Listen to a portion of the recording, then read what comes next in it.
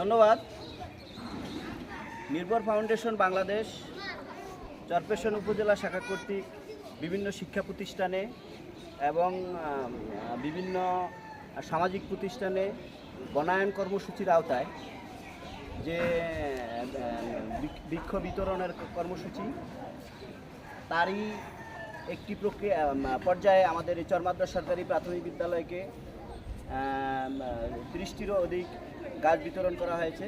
এজন্য আমি প্রথমেই ধন্যবাদ জানাবো নির্ভর ফাউন্ডেশনের সংশ্লিষ্ট কর্তৃপক্ষকে।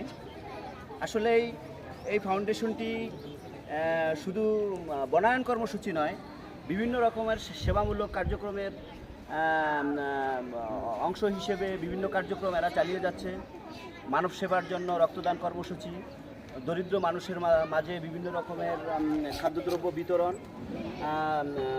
বিভিন্ন দরিদ্র মেয়েদের বিবাহের ব্যবস্থা, অসহায় মানুষকে কর্মসংস্থান সহ বিভিন্ন রকমের কর্মসূচি নির্ভর ফাউন্ডেশন গ্রহণ করে থাকে। তো আমি আশা করব যে এই ফাউন্ডেশনের কার্যক্রম সারা বাংলাদেশব্যাপী ছড়িয়ে যাবে এবং অসহায় ও বঞ্চিত মানুষের জন্য এরা বিভিন্নভাবে কাজ করে যাবে।